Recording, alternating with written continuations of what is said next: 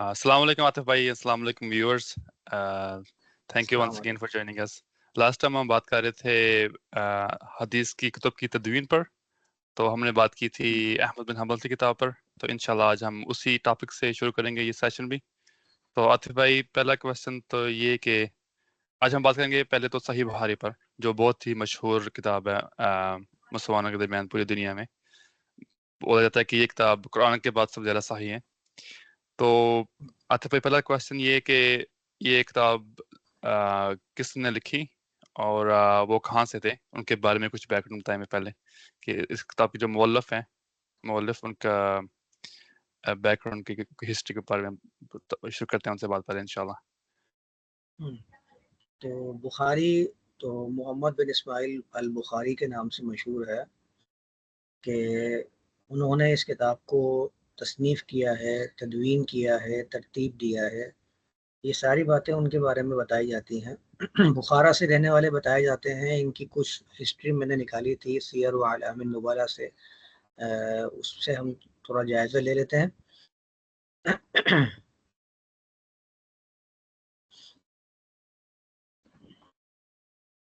یہ میرے سامنے سیر و اعلام النبلاء شیئر کروائی ہے میں نے. اس میں انہوں نے ان کی کنیت سے شروع کیا ہے. ترجمہ لکھا ہے 171 ابو عبداللہ البخاری، اور انہوں نے نام بیان کیا ہے محمد بن ابراہیم بن مغیرہ بن بردزبہ. اور صحیح. انہوں نے کہا وکیلہ بزدزبہ وہی لفظۃ بخاریہ معناها زراع. یعنی یہ جو ٹھیک. بزدزبہ لکھا ہے، انہوں نے یہ کہتے ہیں یہ بخاری کا لفظ ہے، بخارا میں استعمال ہوتا ہے، یعنی ایرانی یا فارسی لفظ ہے، اور اس کا معنی ہے کسان. زراع یعنی کہ کسان یا زراع. انہوں نے فعال کے وزن پہ لکھا ہے کہ یہ کسان کے لیے استعمال ہوتا ہے، زراعت کرنے والے کے لیے، پیشہ ور جو زراعت کرنے والے ہوتے ہیں نا، فارمرز، جی ان صحیح کے ہے. لیے استعمال ہوتا ہے. تو یہ ابو عبداللہ انہوں نے کنیت بیان کی ہے. محمد بن ابراہیم انہوں نے نام بتایا ہے، اور ساتھ میں انہوں نے لکھا ہے کہ اسلم مغیرہ. یہ مغیرہ جو بتایا نا انہوں نے، یعنی کہ بخاری کے دادا. ٹھیک. ابراہیم تو ان کے باپ بتائے ہیں، اور دادا بتایا ہے انہوں نے مغیرہ.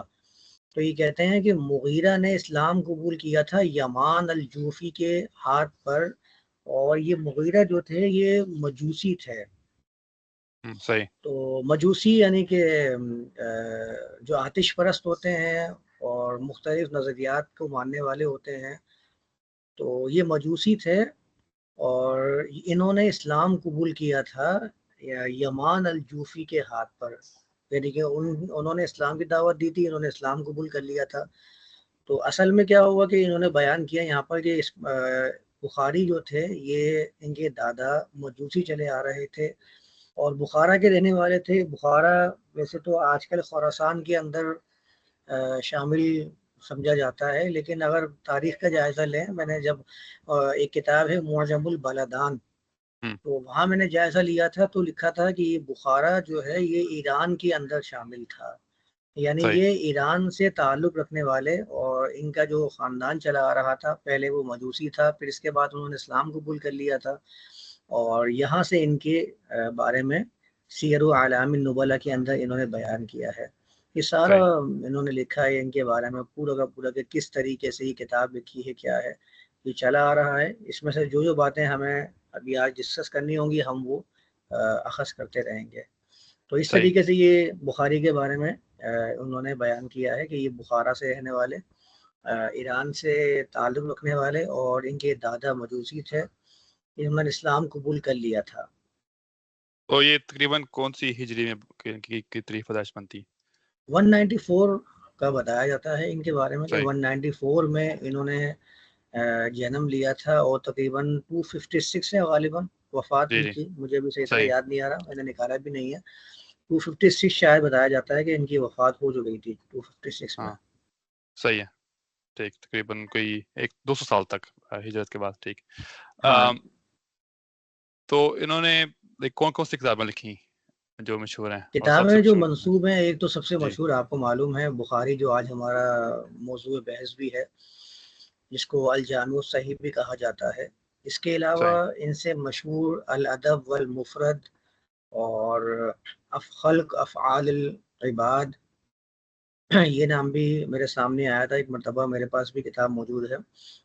صحیح یہ ادب المفرد اور یہ خلق افعال العباد شاید یہی نام ہے غالباً.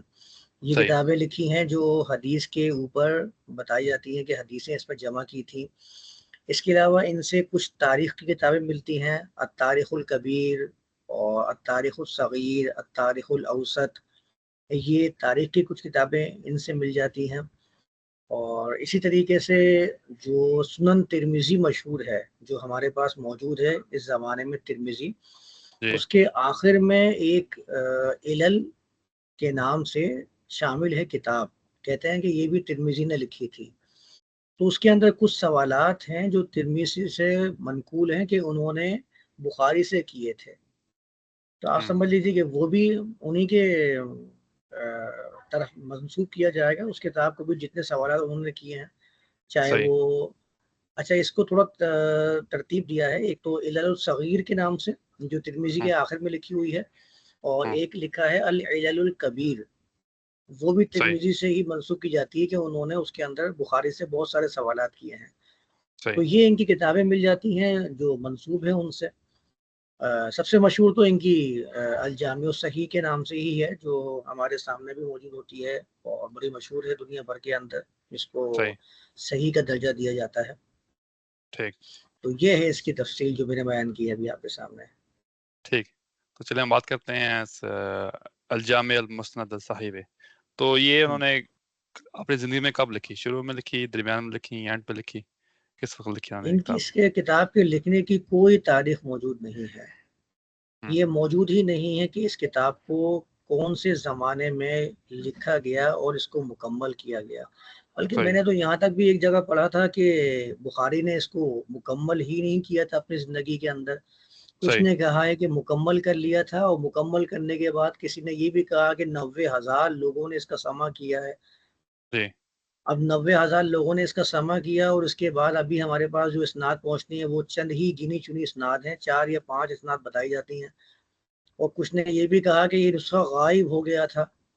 تو اس کے جو راوی ہیں، مشہور راوی ہے فربری یا فربری اس جی نام سے، تو کہتے ہیں کہ انہوں نے پھر اس کتاب کو لوگوں کے سامنے پیش کرنا شروع کیا کہ بھائی بخاری کی یہ کتاب ہے جو مخفی ہو گئی تھی اور یہ میرے پاس اس کا نسخہ موجود ہے. ایسا بھی سننے میں آیا ہے تاریخ کے اندر.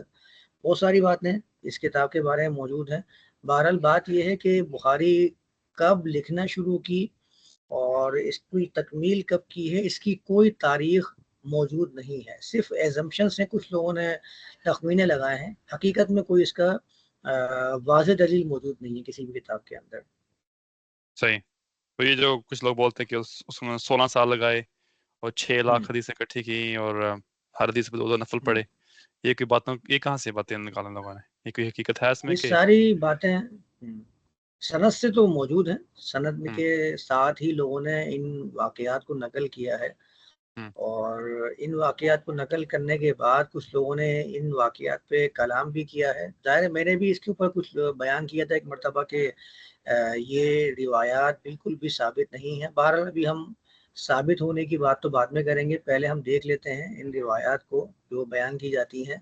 یہ میرے پاس ایک کتاب ہے ہدی الساری کے نام سے، جو فتح الباری کا ہی حصہ ہے، اور صحیح سمجھ لیں کہ مقدمہ ہے فتح الباری کا جو ابن حجر نے شرح لکھی تھی صحیح بخاری کے اوپر. تو اس صحیح میں دیکھیں یہ شروع میں ہی انہوں نے کچھ واقعات نقل کیے ہیں، جس میں سے ایک واقعہ یہ آ رہا کہ سمعت ابراہیم بن معقل نصفی یقول قال ابو عبداللہ محمد بن اسماعیل بخاری کنہ عند اسحاق بن راہویہ فقال، کہ ابراہیم محمد بن اسماعیل بخاری نے کہا کہ میں اسحاق بن راہویہ کے پاس موجود تھا تو انہوں نے کہا لو جمعتم کتابا مختصرا لصحیح سنتی رسول اللہ، کہ کاش کہ تم کوئی ایسی کتاب جو مختصر بھی ہو اس کو جمع کرو اور یہ اللہ کے رسول کی سنت میں صحیح ہو. یعنی ایسی کتاب ہو جو اللہ کی رسول کی سنت بھی میں اس کے اندر موجود ہو، لیکن صحیح کتاب ہو، حدیثیں صحیح ہونی چاہیے. قول تو بخاری نے کہا فوقع ذالک فی قلبی، وہ بات میرے دل میں گڑ گئی، فاخذت فی جمع الجامع الصحیح، تو میں نے اسی بنیاد پر پھر میں نے جامع الصحیح کو جمع کرنا شروع کر دیا۔ تو یہ روایت ملتی ہے، اور اسحاق بن راہویہ کا نام آ رہا ہے کہ یہ محمد بن اسماعیل بخاری وہاں پر موجود تھے، اور وہاں پر ظاہر مجمع تھا، جب یہاں پر لو جماعتم جمع کا صیغہ آیا ہے تو وہاں اور بھی لوگ موجود تھے، ان میں سے پھر بخاری نے اس کام کا بیڑا اٹھایا اور جمع کرنا شروع کر دی۔ یہ کتاب حدیث ساری کے اندر لکھا ہوا سند لکھی ہوئی ہے، اور بھی کتابوں کے اندر یہ سند موجود ہے۔ ابو بکر خطیب کا بھی انہوں نے حوالہ دیا، دیکھیں لکھا ہے الحافظ ابو بکر خطیب بغدادی، یعنی کہ پھر یہ تاریخ بغداد کے اندر بھی موجود ہوگی یہ والی سند۔ اس کے اندر یہ خلف بن محمد بخاری ہے، یہ راوی ضعیف ہے، یہ میں نے تحقیق کی تھی اس کے اوپر، تو یہ راوی ضعیف تھا۔ تو یہ واقعہ بیان کیا جاتا ہے، اور بھی واقعات ہیں جیسے یہاں پر دیکھیں وَرُوِّينَا بِالْإِسْنَادِ الثَّابِتِ عن محمد بن سلیمان بن فارس قال سمعت البخاری، میں نے بخاری سے سنا، یقول وہ کہہ رہے تھے رأیت النبی وکأننی واقف بین یدیہ وبیدی مروحہ اذب بها عنہ، کہ میں نے اللہ کے رسول کو دیکھا گویا کہ وہ میرے آگے آگے تھے، اور میرے ہاتھ میں میرے سامنے تھے، اور میرے ہاتھ میں پنکھا تھا، میں اس سے ان کے طرف سے مکھیاں یا ان کو چیزوں کو ہٹا رہا تھا۔ فسألت بعض المعبرین، میں نے بعض تعبیر کرنے والوں سے سوال کیا تو انہوں نے مجھ سے کہا انت تذب عنہ الکذب، کہ آپ اللہ کے رسول سے جھوٹ کو دور کریں گے۔ فَهُوَ الَّذِي حَمَلَنِي عَلَى إِخْرَاجِ الْجَامِعِ الصَّحِيحِ، یہ وہ چیز ہے جس نے مجھے آمادہ کیا جامع صحیح کو لکھنے پر، اس کی اخراج کرنے پر مجھے آمادہ کیا۔ یہ بھی روایت ملتی ہے۔ دو باتیں آ گئیں، پہلی بات تو اسحاق بن راہویہ نے اپنے خواہش کا اظہار کیا تو یہ بات ان کے دل میں گڑ گئی، اور دوسری بات آ رہی ہے کہ میں نے اللہ کے رسول کو خواب میں دیکھا تو اس کی تعبیر سننے کے بعد میں نے ارادہ کیا۔ اور ایک بات یہاں جو آپ نے ذکر کی تھی کہ 2 رکعت ادا کرتے تھے، تو آپ یہ دیکھیں لکھا ہوا یہاں پر ابو ذر ہروی کی سے منقول ہے، انہوں نے اپنی کتاب میں نقل کیا کہ کہتے ہیں فربری، جو فربری ابھی ہم ڈسکس کر رہے تھے نا، بخاری کے شاگرد کہلاتے ہیں، تو انہوں نے نقل کیا، کہتے ہیں قول البخاری، بخاری نے کہا ما کتبت فی کتاب صحیح حدیثا، میں نے صحیح کی کتاب میں کوئی بھی حدیث نہیں لکھی، الا مگر، اب دیکھیں یہ جو ما اور الا آتا ہے نا کسی بھی جملے میں، آپ کو یاد ہوگا کہ ہم نے جب استثناء پڑھا تھا تو تاکید کا ایک بلند درجہ ہوتا ہے، پہلے مائے نافیہ لا کے اور حدیثاً الا لا کے ہم کیا کرتے ہیں کہ کسی چیز کو ایک حصر کر دیتے ہیں، یعنی اس کا مطلب ہوگا میں نے کوئی بھی حدیث نہیں لکھی، یعنی کہ اس کا مطلب میں نے صرف جب بھی حدیث کو لکھا، کسی بھی حدیث کو، اغتسلت قبل ذالک، تو میں نے اس سے پہلے غسل کیا، غسل کے الفاظ ہیں، وضو کے تو الفاظ بھی نہیں ہیں۔ وضو کا لفظ تو میں ایک دفعہ کہا تھا نا، وضو کا لفظ تو نہ روایت میں آیا ہے نہ حدیث میں آیا ہے، اغتسلت میں نے غسل کیا، آپ اس سے وضو مراد لے لیجئے چلیں، تو ہر حدیث کو لکھنے سے پہلے میں نے وضو کیا، وصلیت رکعتین، اور میں نے 2 رکعت صلاۃ کی ادائیگی کی ہر حدیث کو لکھنے سے پہلے، اور بتایا جاتا ہے کہ تقریباً 6 لاکھ یعنی 600,000 احادیث تھیں جن سے اخراج کیا ہے بخاری نے، اور اپنی کتاب کے اندر انہوں نے جو حدیثیں لکھی ہیں اس کی تعداد میں دیکھتا ہوں، شیئر بھی کرتا ہوں آپ کے ساتھ، 1 منٹ، 7,000 کچھ، بخاری 7,000 کچھ ہے، ہاں یہ ہے جامع صحیح، یہ دیکھیں یہ سب سے آخری حدیث ہے، کلیمتان حبیبتان الی الرحمن، 2 کلمے حبیب ہیں رحمان کے نزدیک، یہ آخری حدیث ہے، سبحان اللہ بحمدہ سبحان اللہ العظیم، یہ حدیث نمبر ہے 7,563 7563، صحیح ہے، یعنی یہ کل احادیث بتائی جاتی ہیں بخاری کے اندر، کتنی احادیث میں سے بتائی جاتی ہیں 600,000، 6 لاکھ احادیث میں سے، صحیح ہے، جس کا کہتے ہیں کہ اگر آپ اس کی ریپیٹ روایات کو نکال لیجئے، مقررات کو نکال لیجئے، اور معلقات یعنی وہ روایات جن کی سند ہی موجود نہیں ہے سرے سے، صرف روایت لکھی ہوئی ہے، ان کو نکال دیجئے۔ تو 2600 حدیثیں بتائی جاتی ہیں کہ 2600 حدیثیں بخاری کے اندر ہیں غیر مکرر، جو ریپیٹ نہیں ہوئی ہیں، باقی سارے ریپیٹ ہوئی ہیں۔ تو ان صحیح. سب کو ریپیٹ وغیرہ کو ملا کر جو حدیثیں ملی ہیں وہ 7600 ملتی ہیں ہمارے پاس جو موجود ہے بخاری۔ ہم. تو یہ جو لکھا ہے انہوں نے کہ ہر روایت کو لکھنے سے پہلے انہوں نے وضو کیا اور 2 رکعت نماز کی ادائیگی کی۔ تو آپ ٹوٹل کر لیجئے، ہم. 7600 احادیث کو آپ ٹوٹل کر لیجئے اور ہر حدیث سے پہلے آپ 2 رکعت کا جائزہ لگا لیجئے، آپ کو اندازہ ہو جائے گا کہ یہ ممکن ہے، اس لیے کہ 194 سے 256 ہجری تک اگر لگاتے ہیں تو 56 اور 6 یہ 62 ایئرس عمر بنتی ہے۔ جی جی. تو اس عمر میں کیا یہ ممکن ہے؟ اس لیے کہ میں نے ایک جگہ پڑھا تھا کہ 16 سال انہوں نے کتاب کی تدوین کی ہے۔ یہ دیکھیں میرے سامنے ابھی جو میں نے شیئر کیا ہے، ابو علی الغیسانی روی عنہ انہ قال خرجت الصحیح من 600,000 حدیث، دیکھیں لکھا ہوا ہے 600,000 حدیثیں، صحیح. ان میں سے میں نے صحیح کا انتخاب کیا۔ اچھا، صحیح. اس کے بعد وہ کہتے ہیں لم اخرج فی ھذا الکتاب الا صحیحا، میں نے کوئی بھی حدیث نہیں لکھی ہے مگر وہ صحیح تھی۔ وما ترکت من الصحیح اکثر، میں نے اکثر صحیح حدیثوں کو ترک نہیں کیا۔ یہ بھی انہوں نے لکھا ہے، یہ ایک لکھی ہوئی یہاں پر ابن حدیث ہے۔ ما ادخلت فی کتاب الجامع، میں نے اپنی کتاب جامع میں داخل نہیں کیا الا ما صح، سوائے اس کے جو صحیح تھا۔ یہ انہوں نے یہاں پر بیان کیا کہ صرف میں نے صحیح حدیثیں ہی اس کے اندر بیان کی ہیں۔ تو 6 لاکھ احادیث میں سے انہوں نے اس کا جائزہ بھی لیا ہوگا، جائزہ لینے کے بعد اس کی تحقیق بھی کی ہوگی، پھر اس کے بعد انہوں نے اپنی کتاب میں درج کرنا شروع کیا ہوگا۔ تو ایک بڑا پروسیس ہے، یعنی آپ اگر 7600 حدیثوں کا کیلکولیٹ کر لیجئے اور ہر حدیث کو لکھنے سے پہلے 2 رکعت کی ادائیگی کر لیجئے، تو کم سے کم 2 رکعت میں 5-7 منٹ تو لگتے ہی ہوں گے ہمارے جیسے لوگوں کے مطابق۔ جی جی بابا. آپ ان کے حساب سے سمجھ لیں 10 منٹ لگ جاتے ہوں گے زیادہ سے زیادہ۔ صحیح. تو یہ 2 رکعت کی ادائیگی، اور پھر اس میں صرف یہ نہیں ہے کہ وہ حدیث بد لکھے ہی جا رہے تھے، بتاتے ہیں کہ پتہ نہیں کتنے میل تو انہوں نے سفر کیا اور پتہ نہیں کتنے لاکھوں لوگوں سے ان کی ملاقات ہوئی جن سے روایات کو اخذ کیا گیا۔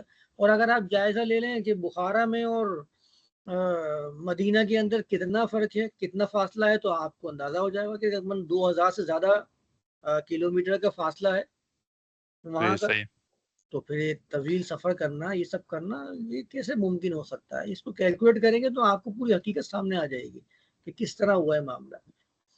باقی اس میں جو نام کا معاملہ ہے تو یہ دیکھیں انہوں نے یہاں پر لکھا ہے حدیث ساری میں تقرر انہ التزم فی الصحہ، تو اس سے کہتے ہیں کہ اس سے معلوم ہو کہ انہوں نے اپنی کتاب میں صحیح حدیث کا یعنی صحت کا اہتمام کیا تھا کہ صحیح. لا یورد فیہ الا حدیثا صحیحا، کہ وہ اس میں کوئی بھی حدیث لے کر نہیں آئیں گے مگر وہ حدیث صحیح ہوگی۔ کہہ رہے ہیں اسی وجہ سے ہم نے جو ان کا نام حدیث کتاب کا نام بتایا جاتا ہے وہ بتایا جاتا ہے الجامع الصحیح المسند من حدیث رسول اللہ و سننہ و ایامہ، کہتے ہیں کہ یہ ان کی کتاب کا نام بتایا جاتا ہے یا استفادہ کیا جاتا ہے کہ ان کا نام یہ تھا، کتاب کا نام۔ تو اس میں جو جو ہمارے یہاں صحیح مؤلفات بخاری وغیرہ کے ہیں، نام سے مشہور ہے، اس کا نام یہ بتایا جاتا ہے۔ تو اس میں جو بولتے ہیں کہ بہت زیادہ مؤلفات بھی ہیں، تو وہ پھر کدھر گئیں؟ وہ صحیح میں نہیں آتی؟ یہ بول رہے ہیں کہ پوری کتاب صحیح ہے، اس حساب سے تو پوری صحیح نہ ہوئی۔ ہاں صحیح ہے، یہ تو مبالغہ ہے نا۔ ہوں.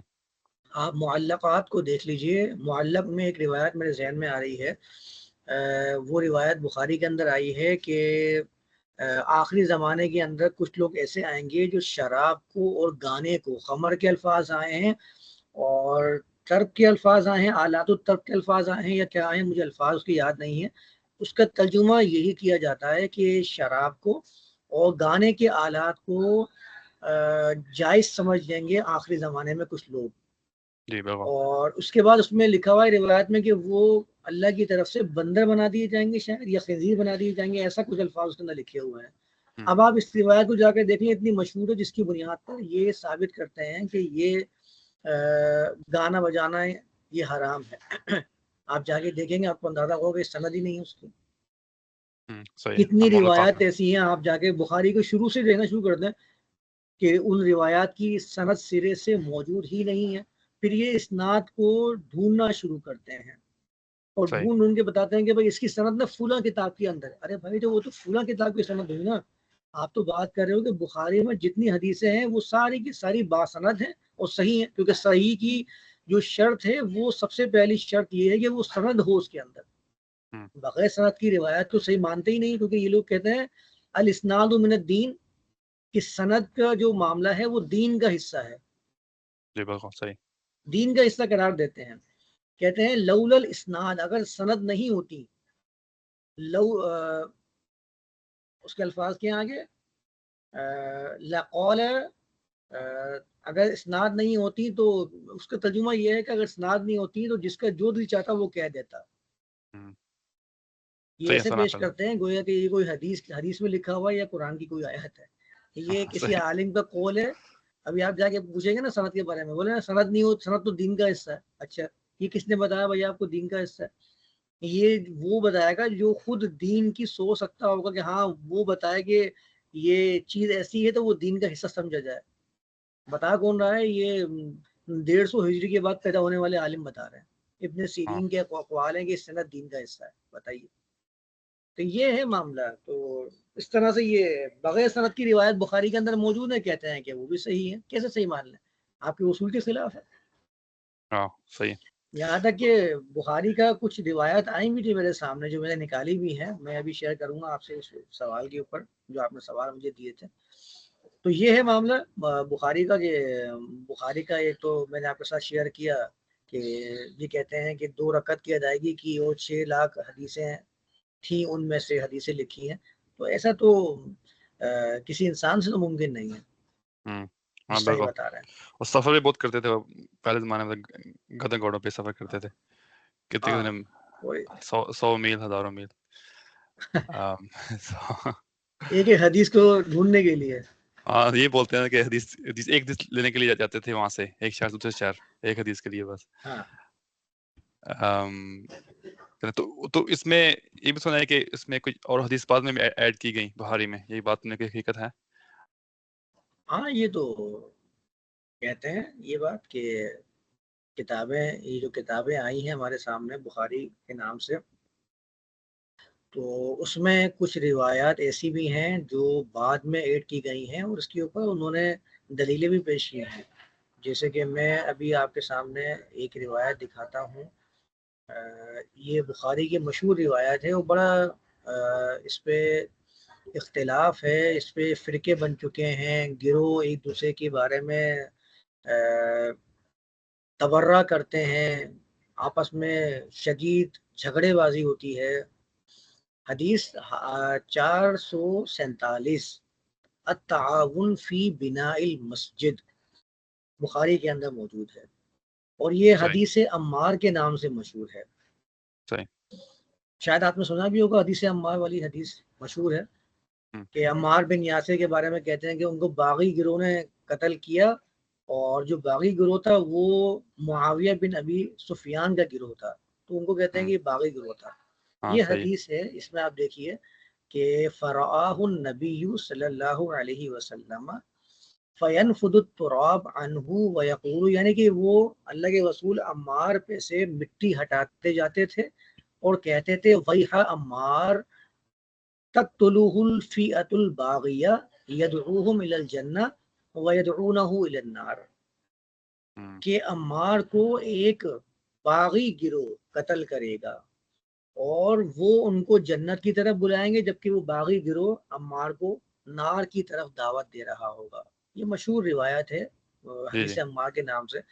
اب یہ حدیث بخاری کے اندر ہمارے والے نسخوں کے اندر تو موجود ہے، ٹھیک ہے۔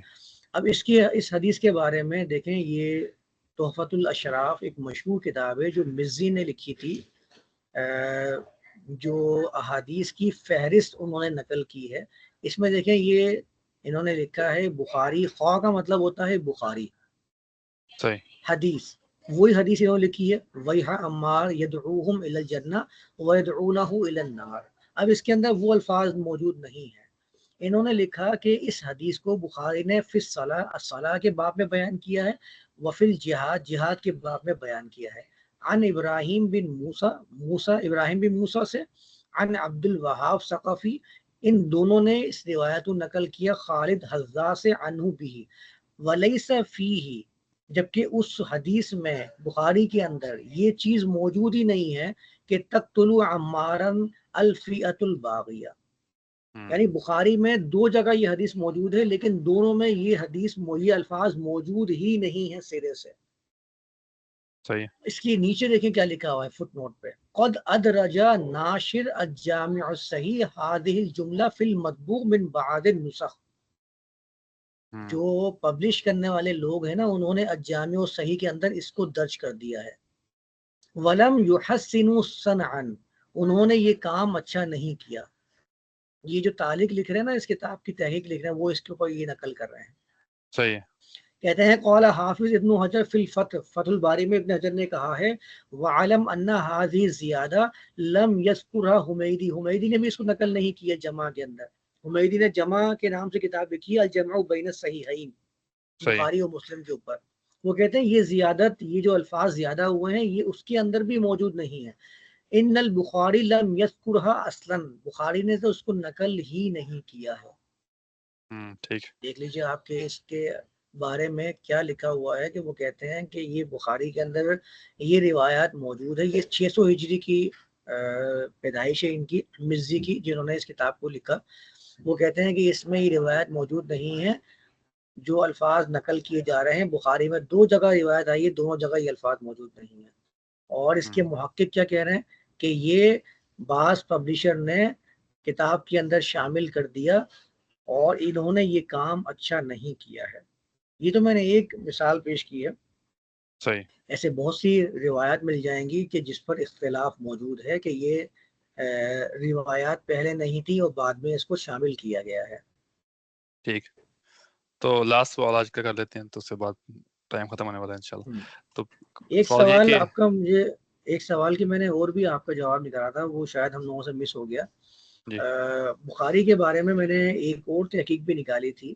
جب آپ نے مجھ سے بخاری کا سوال کیا تھا نا کہ بخاری کے بارے میں کہ بخاری کون تھے، تو اس میں ریسرچ کرنے لگا تاریخ کے اندر. تو مجھے معلوم ہوا کہ بخاری کے اوپر تدلیس کا بھی الزام ہے. وہ میں آپ کے ساتھ شیئر کر دوں. ضروری ہے کہ اس کو بھی ہم اپنے سامنے رکھ لیں. جی جی بالکل. تو یہ طبقات المدلسین کا پہلے بھی کئی مرتبہ تذکرہ ہوا ہے ہمارے سیشنز کے اندر.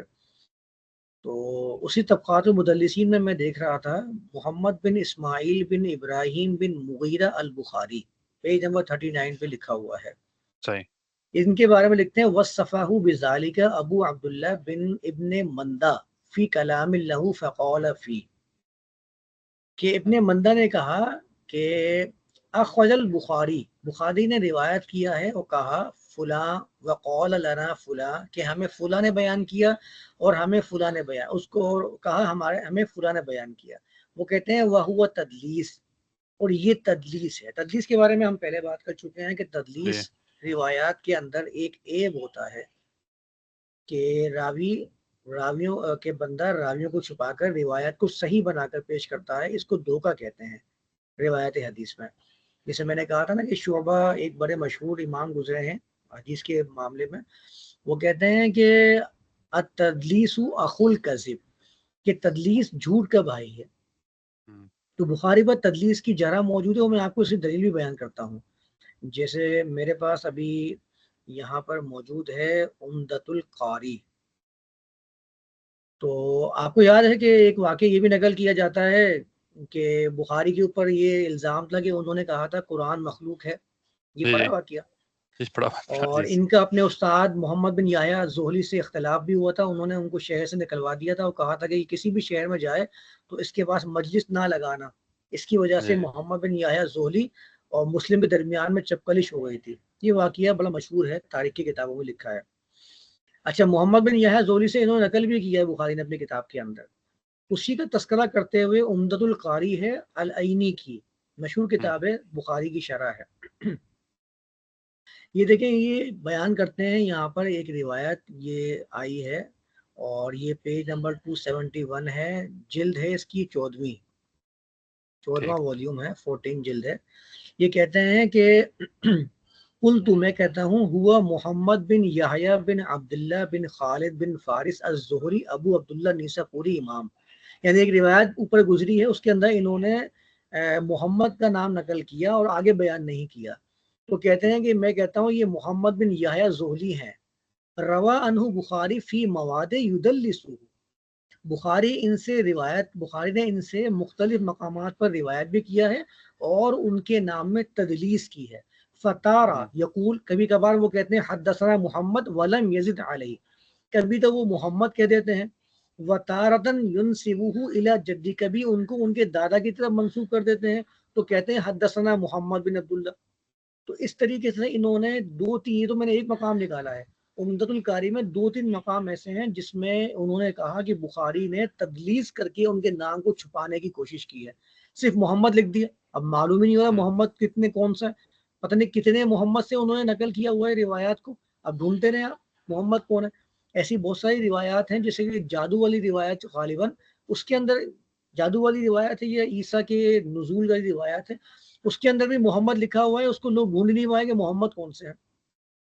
اسی طریقے سے یہ ایک میرے سامنے کتاب ہے میزان الاعتدال، اس کا بھی تذکرہ ہمارے سیشن میں ہوا ہے، یہ شمس الدین ذہبی کی کتاب ہے جو 600 ہجری میں لکھی جانی بتائی جاتی ہے۔ اس میں انہوں نے ایک راوی پر کلام کیا، یہ راوی اس کا میں نام آپ کے سامنے رکھتا ہوں، عبداللہ بن صالح نام ہے، اور یہاں پر جو لکھے ہوئے نا یہ خو دال تا اور قوف، اس کا مطلب ہے خو کا مطلب بخاری میں اس سے روایتیں ہیں، ابو داؤد میں ہیں، ترمذی میں ہیں اور ابن ماجہ کے اندر ہیں، ان کے اندر اس کی روایتیں لکھی ہوئی ہیں۔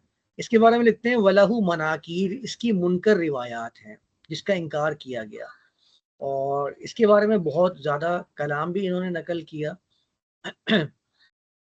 اور اس کے بعد یہ چلتے آتے ہیں یہاں پر، تو صالح جزرہ سے نقل کیا انہوں نے، کانا ابن معین یوثقہ، ابن معین اسے ثقہ قرار دیتے تھے، وہو عندی یکذب فی الحدیث، وہ میرے نزدیک حدیث میں جھوٹ بولتا ہے، اسی بندے کے بارے میں یہ بیان کر رہے ہیں۔ اس کے بعد کہتے ہیں قلتو، یہ ذہبی کہہ رہے ہیں، کہتے ہیں میں نے کہا، میں کہتا ہوں، وقد روا عنہ البخاری فی الصحیح علی الصحیح، بخاری نے اس کو اپنی صحیح میں نقل کیا ہے، یعنی بخاری نے اس راوی سے اپنی کتاب میں روایت نقل کی ہے، وَلَكِنَّهُ، لیکن يُدَلِّسُهُ، وہ تدلیس کرتے ہیں اس کے اندر، فَيَقُولُ، وہ کہتے ہیں حدثنا عبداللہ وَلَا يُنْسِبُهُ وَهُوَ هُوَ، یعنی عبداللہ تو نقل کر دیتے ہیں لیکن ساتھ میں نسبت بیان نہیں کرتے ہیں کہ وہ کون ہے۔